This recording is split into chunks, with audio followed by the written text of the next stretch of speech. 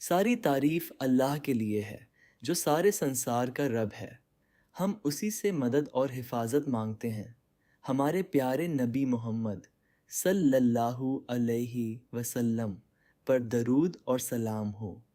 मेरे प्यारे भाइयों और बहनों, अस्सलामु अलैकुम व रहमतुल्लाहि व बरकातुहू। सूरहों को समझें सीरीज़ में आपका स्वागत है।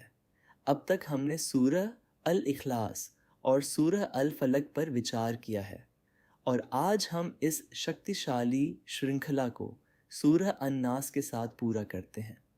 एक ऐसी सूरह जो हमें आंतरिक और छिपी हुई बुराई से खुद को बचाना सिखाती है। सूरह अन्नास एक विशेष जोड़े का हिस्सा है, सूरह फलक और सूरह नास, जिन्हें मिलकर मुअव्विजतैन कहा जाता है, यानी पनाह मांगने की दो सूरहें। ये एक साथ नाजिल हुई थीं और हमेशा जोड़े में पढ़ी जाती हैं। सूरह अन्नास का पृष्ठभूमि सूरह अन्नास सूरह अल फलक के साथ मक्का में नाजिल हुई, अधिकतर विद्वानों के अनुसार।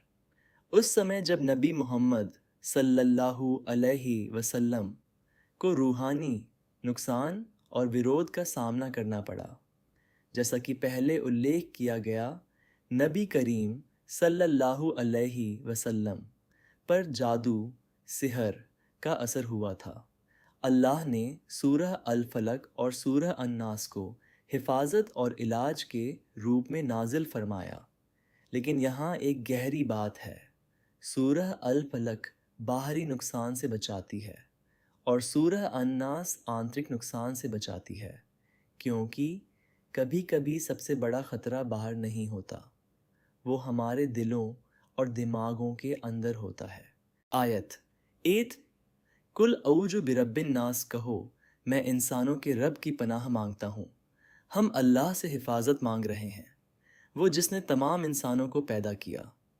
रोज़मर्रा की ज़िंदगी में इसकी अहमियत, जब आप कमज़ोर, उलझन में या खोया हुआ महसूस करें, याद रखें आपका एक रब है जो आपकी निजी तौर पर देखभाल करता है।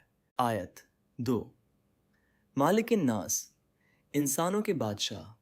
अल्लाह सिर्फ हमारा खालिक नहीं है, वो हमारा बादशाह है जो हर चीज़ को नियंत्रित करता है। मलिक का मतलब है राजा, हर चीज़ का असली मालिक और हाकिम।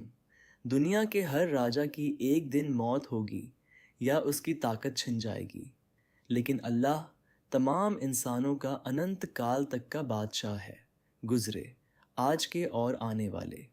इसकी अहमियत, लोग दूसरों से डरते हैं, बॉस, समाज, राय, लेकिन ये आयत याद दिलाती है सिर्फ अल्लाह का नियंत्रण है। आयत 3 इलाहिन नास, इंसानों के माबूद। सिर्फ अल्लाह ही इबादत के लायक है और कोई नहीं। गौर करें कि अल्लाह ने पहली 3 आयतों में ख़ुद को 3 तरीक़ों से बयान किया है: रब, पालने वाला, मलिक, बादशाह, और इलाह, माबूद, देवता। यह एक मुकम्मल तस्वीर है। वो हमें खिलाता है, वो हम पर हुकूमत करता है और सिर्फ वही हमारी इबादत का हकदार है। इसकी अहमियत, आज लोग कई चीज़ों की इबादत करते हैं, पैसा, शोहरत, लोग। यह आयत हमें सच की तरफ वापस लाती है, सिर्फ अल्लाह ही हमारे दिल का हकदार है। आयत 4 मिन शर्रिल वसवासिल खन्नास, उस वसवसा डालने वाले की बुराई से जो पीछे हट जाता है। यह शैतान की तरफ इशारा है, जो हमारे दिलों में बुरे विचार फुसफुसाता है, फिर छिप जाता है। वसवास का मतलब है फुसफुसाहट, खन्नास का मतलब है वो जो पीछे हट जाता है या छिप जाता है। यह शैतान का तरीका है। वो आपके दिल में बुरे विचार डालता है और जैसे ही आप अल्लाह को याद करते हैं, वो पीछे हटकर छिप जाता है। वो आमने सामने नहीं लड़ता, वो चुपके से आता है। इसकी अहमियत, क्या आपने कभी महसूस किया अचानक नकारात्मक विचार, शक, प्रलोभन? ये हमेशा आप नहीं होते, ये शैतान की फुसफुसाहट हो सकती है। इलाज, औज बिल्लाह कहें और अल्लाह को याद करें। फुसफुसाहट फौरन पीछे हट जाती है। यह अंधविश्वास नहीं है, यह कुरानी सच्चाई है। आयत 5 अल्लाह जी युवस्विसु फी सुदूरिन नास, जो इंसानों के दिलों में वसवसा डालता है। शैतान जिस्मानी हमला नहीं करता, वो दिल और दिमाग पर हमला करता है। सुदूर का मतलब है सीने। अरबी में सीना दिल, दिमाग और भावनाओं की जगह है। शैतान को ज़ोर से बोलने की ज़रूरत नहीं, वो सीधे आपके अंदर विचार डालता है, कोई और उसे देख नहीं सकता। यह आपकी रूह पर एक निजी, अदृश्य हमला है। इसकी अहमियत, हर गलत काम एक विचार के रूप में शुरू होता है। वो विचार शैतान की फुसफुसाहट हो सकती है। यह जानने से आपको उन विचारों को उन पर अमल करने की बजाय ठुकराने में मदद मिलती है।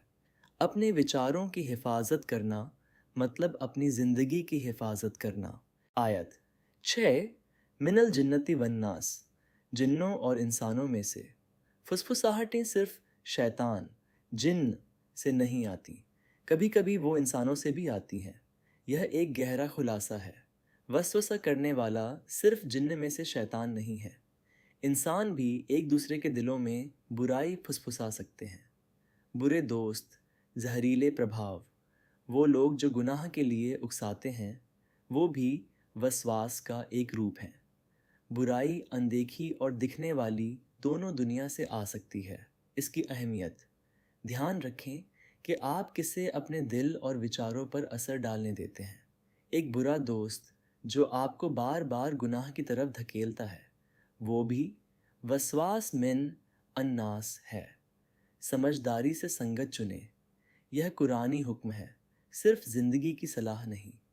आपके आसपास हर आवाज़ आपकी रूह के लिए अच्छी नहीं होती। सूरह अन्नास से मुख्य सबक।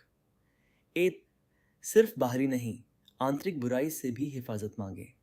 2, शैतान विचारों और फुसफुसाहटों के ज़रिए काम करता है। 3, आपका हर विचार सच नहीं होता, उसे परखें। 4, अल्लाह है, आपका रब, आपका बादशाह, आपका एकमात्र माबूद। 5, इस सूरह को रोज़ाना पढ़ें, सुबह शाम और सोने से पहले। यह आपके दिल के इर्द गिर्द एक रूहानी ढाल बनाती है।